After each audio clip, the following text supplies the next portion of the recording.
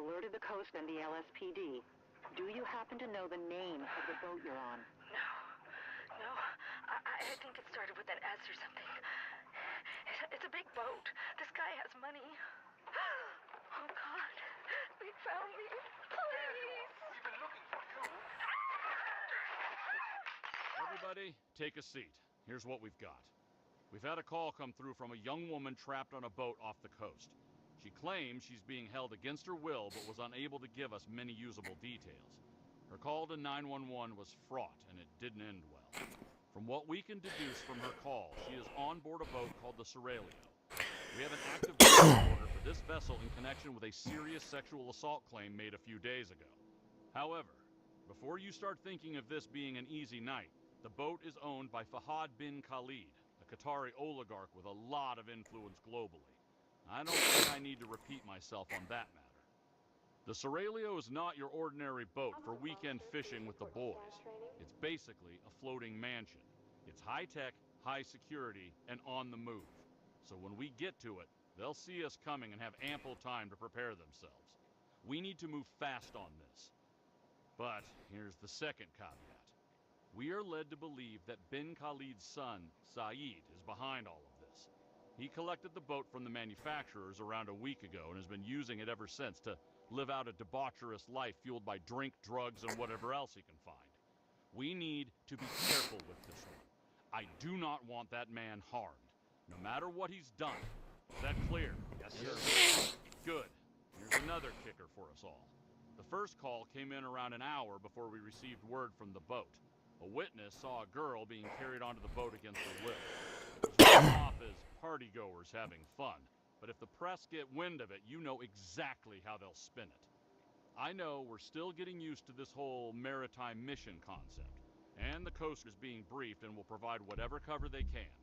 But this man is a dangerous felon with a complete disregard for his victims.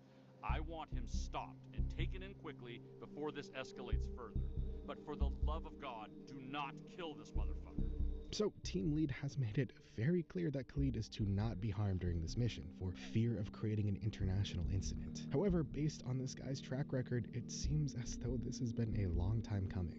Arriving on the Cerelio, we see it is basically a floating mansion. It comes equipped with a hot tub, a pool, multiple rooms, a luxury bar, and so much more. This boat is opulence incarnate. Beginning on the top floor and moving down, we enter the bridge and don't find much. However, if we go to the control panel and press this button, Judge will see this. This is LSPD SWAT. We have control of the Cerelio, and we'll bring her into port. We have a number of casualties and suspects on board. Copy that, LSPD.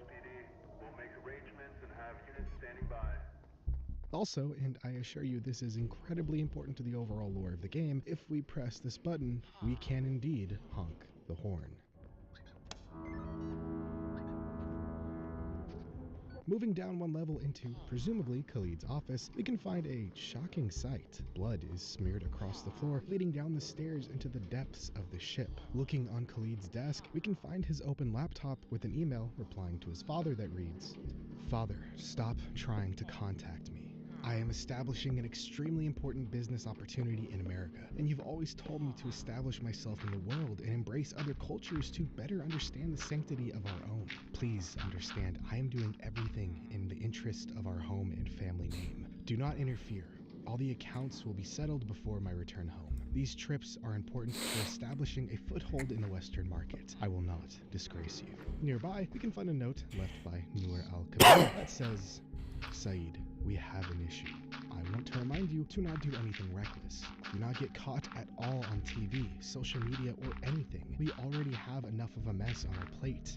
Following the blood trail down into the kitchen, we can find the body of a man. It's unknown who he was. Looking at the completed objectives, it mentions that he is likely one of the Crescent Shadow security, but he's in some pretty casual wear for security, and based on what the civilians say around this map, it seems as though somebody murdered this man due to some kind of disagreement. I assume it was after Khalid got a bit handsy with one of the girls, and he tried to break it up, causing a fight, and either Khalid himself or one of his men killed him on Khalid's orders. Regardless, this murder goes a little bit deeper, as when entering Khalid's bedroom, we can find a to-do list by his bedside reading 9/14/27.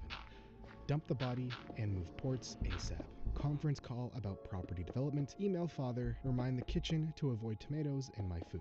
The fact that Khalid has dumped the body on the same list as don't put tomatoes on my food really shows us the mental state of this man and his total disregard for human life.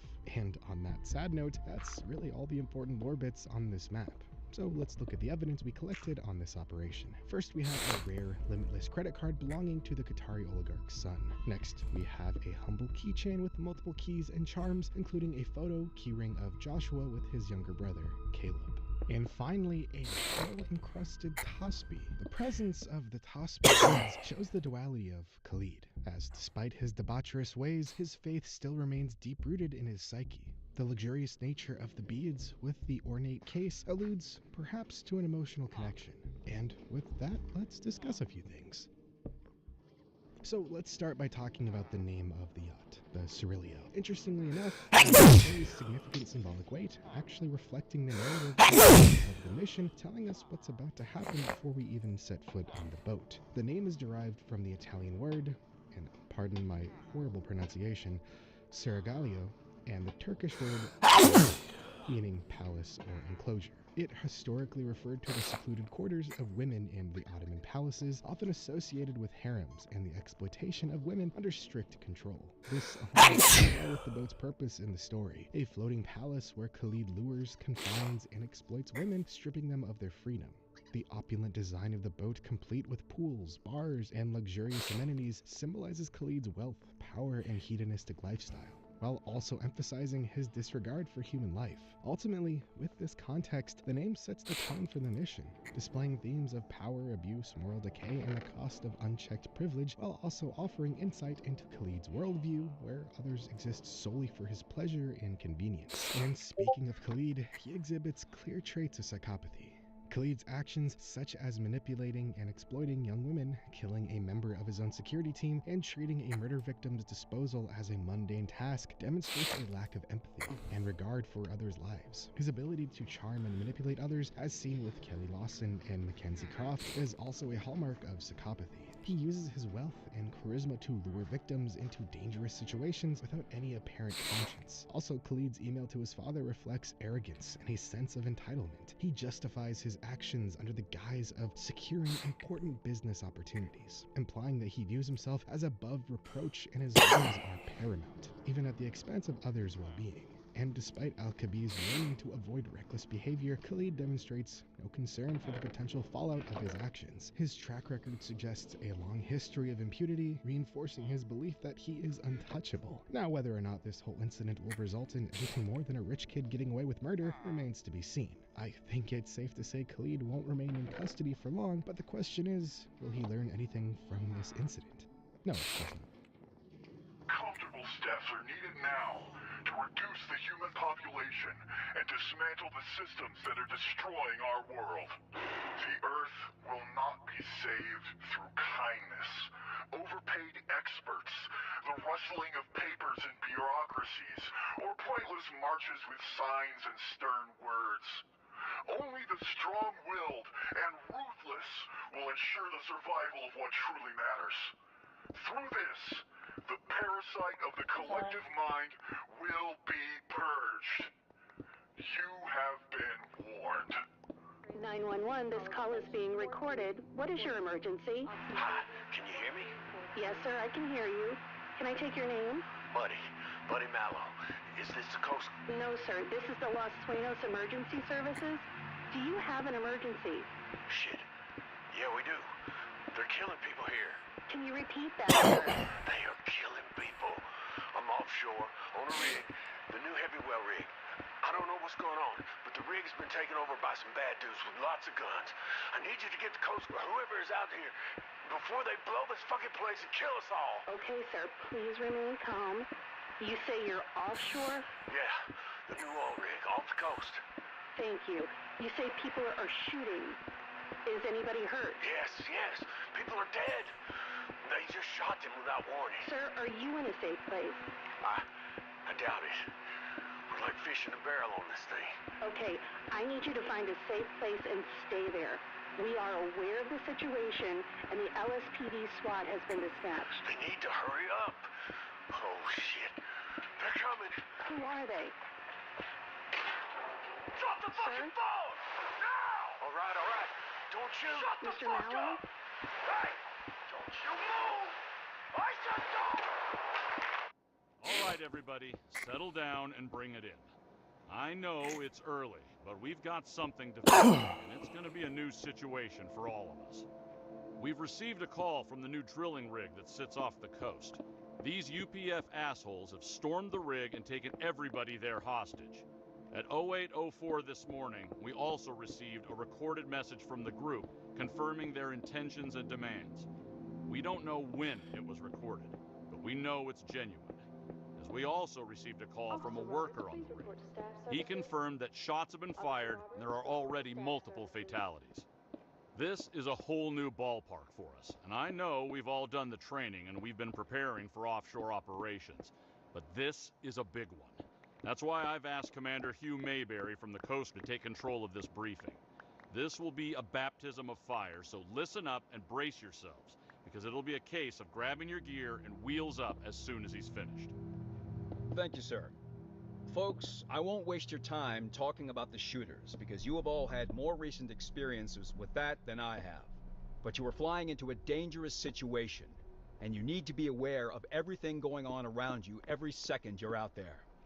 Rigs are a dangerous place to be, in any case. In this situation, even more so. You'll need to shoot these guys down as quickly as possible. Shooting up an oil rig means we're one stray bullet away from a natural disaster. It'll be a different world once you get there. The winds out there on a day like today will play havoc with everything, and you'll need to watch your every step. An active drilling platform will be noisy, and any moving parts pose a threat to you and the rig's safety. There will be narrow spaces, lots of cover, and a sheer drop down into the Pacific. You're used to dangerous situations, but I can tell you, I've seen experienced men struggle to deal with the unique nature of rig disasters in the past, so I know what I'm talking about. Know your surroundings. Out there, it's just as much of a threat as the assholes we're out to get. If there are no immediate questions, we'll move on. Now, pay close attention. I want everybody sharp out there. Whether it's a rig, a boat, or a desert fucking island, your job remains the same. Get in, get the job done, and get everybody home. We've got 3 entry points that are being uploaded to your tablets. The message we received from the terrorists confirms they want to shut the rig down, which is very dangerous if they don't know what they're doing. We don't know what they're doing with the hostages, but we need to get them out too. These guys will be spread all over the rig and are crazy enough to do anything. Okay, I've just been told these fuckers are live streaming their attack on the rig. We need to shut that down ASAP. Whatever happens out there, I don't want a fucking bloodbath broadcast for the whole world to see. It's time to move. I want equipment checks completed and everyone ready to load up. Head out to board this rig in 20 minutes. So before we dive into the actual mission, there are quite a few things we need to break down first. Let's begin with why the LSPD is even here in the first place. The briefing mentions the Outer Continental Shelf Lands Act, which is a real U.S. federal law enacted in 1953 to govern the development of offshore oil, gas, and mineral resources located on the outer continental shelf of the United States. This act grants the federal government jurisdiction over these areas and establishes a legal framework for their leasing, exploration, and development, while also aiming to balance resource extraction with environmental protection. The amendment referenced in the briefing envisions granting jurisdictional authority to local law enforcement or federal SWAT teams to respond to emergencies on the outer continental shelf, such as terrorism, hostage situations, or piracy. Also during the mission briefing, we learn about a new faction called COAST. They are the California Offshore Air and Sea Team, or COAST, a specialized maritime agency responsible for enforcing laws, maintaining security, and ensuring the safety of California's waters. Their duties include search and rescue operations, enforcing maritime laws to combat smuggling, illegal immigration and trafficking, and protecting the maritime environment by preventing pollution and ensuring compliance with environmental regulations. They also maintain maritime safety by operating navigational aids, inspecting vessels, and ensuring compliance with safety standards. Additionally, COAST contributes to national defense by safeguarding shores from terrorism and military threats, patrolling busy maritime routes to deter piracy, illegal activities, and regulating commercial shipping to ensure adherence to safety protocols and proper cargo handling. Also, in case you're wondering where I got all this information from, it can be found all around the LSPD precinct. So it's pretty clear that Coast closely resembles the United States Coast Guard in several ways. Both are maritime-focused agencies tasked with enforcing the safety, security, and environmental protection of their respective waters. Like the Coast Guard, Coast is involved in search and rescue operations, law enforcement, border security, environmental protection, and maritime safety. However, Coast appears to be specific to California, potentially giving it a more localized jurisdiction and mandate compared to the actual Coast Guard, which operates nationally and internationally. So Coast might serve as a regional counterpart to the Coast Guard, which does in fact exist in this universe, by the way, or it could act as a specialized force addressing unique and specific challenges in California's waters. And very briefly, in case you need a refresher, the UPF were the guys who attacked the mansion of the oil industry lobbyist Sven Anderson Lincoln and held his family hostage. If you remember back, there were mentions of oil rigs and him attempting to financially sway Governor Armando Sanchez into backing the upcoming legislature discussion regarding the expansion of offshore drilling services, which clearly happened. Arriving on site via helicopter or boat, we see, frankly, a downright gorgeous map, and honestly one of my favorites in the game so far. It's an amazing change of scenery from what we're all used to. Rain pouring down, dark waters crashing up against the rig, heavy winds whipping through the air, and the sheer scale of the oil rig feels like a monstrous fortress, standing tall against this violent storm. As I just mentioned, there are many ways to enter this rig, but for us, we'll be starting at the base of the rig. Climbing up the stairs, we see that the UPF has clearly changed since the last time we saw them. Multiple workers swing lifelessly, bound and hanged before a banner that reads, "Profit today, judgment tomorrow."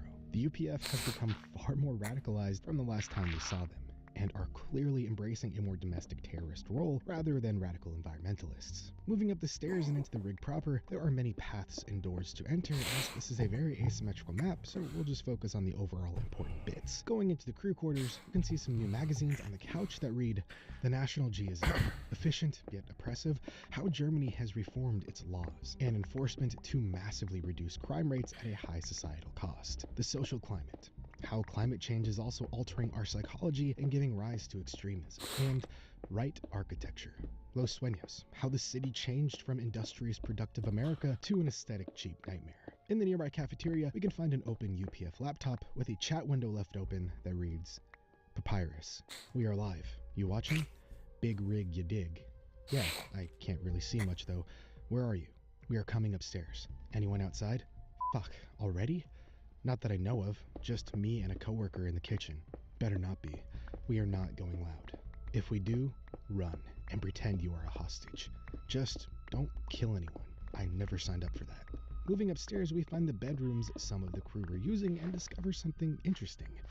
The date. The last date in the timeline was the map Narcos, where the date was February 25th, 2026, just 1 week after the Category 5 Hurricane Antonio made landfall and decimated Los Sueños. Now it appears as though it's been a year-plus time jump, and this mission takes place October 21st, 2027, a date confirmed by the evidence boxes. This honestly makes a lot of sense because, get this, oil rigs take a while to build, and if the mansion mission took place on February 19th, 2026, and Anderson Lincoln was still trying to get his proposal through, it's clear that the timeline of events makes a lot of sense. The oil rig's construction would have likely taken over a year, possibly more, given the scale and complexity of a facility like this. The fact that we're now in October 27 suggests that the oil industry's efforts to expand offshore drilling are in full swing and clearly thriving in their efforts. Also, it's nice to know Deep Platoon got a little bit of a break because, Jesus, the end of 2025 and the beginning of 26 for them was just rough, to say the least. I mean, goddamn.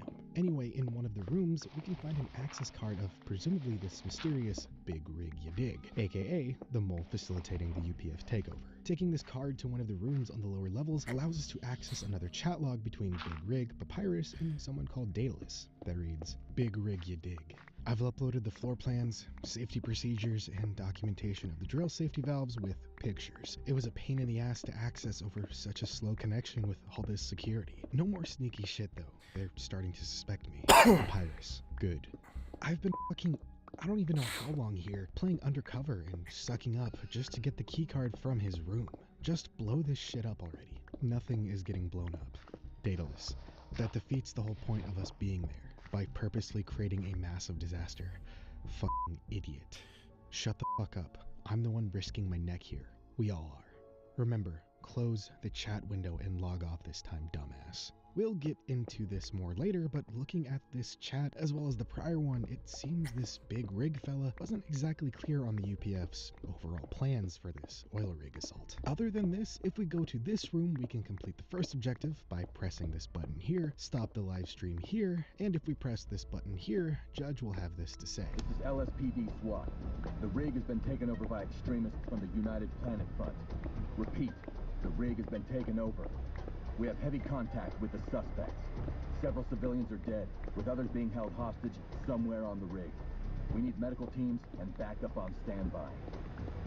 And that is all the lore I could find on this map, so let's move on to the evidence. First, we have a wearable camera used by a UPF member to live stream the UPF's assault on the drilling platform Heavywell A-1011. Mental Impact Assessment Summary Document, a summary report conducted by the Environmental Impact Assessment, EIA, on the Heavywell oil rig. Eventually, at some later date, these environmental concerns were to be addressed. Instead, those environmental concerns were addressed by the UPF.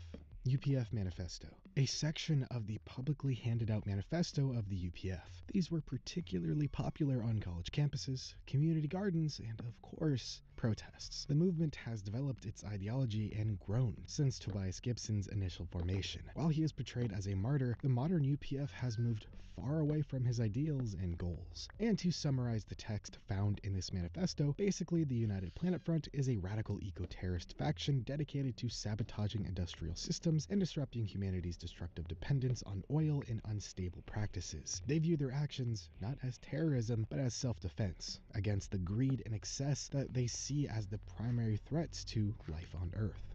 Blaming corporations, governments, and consumer culture for environmental devastation, the UPF vows to retaliate for every harm done to nature, whether it be deforestation, species extinction, or oil spills, by dismantling these systems piece by piece. They believe humanity must be forced into balance with nature to ensure survival, even if it requires violent measures. Framing their mission as a fight for survival and ecological restoration, the UPF envisions a world free of industrial exploitation and calls for global resistance to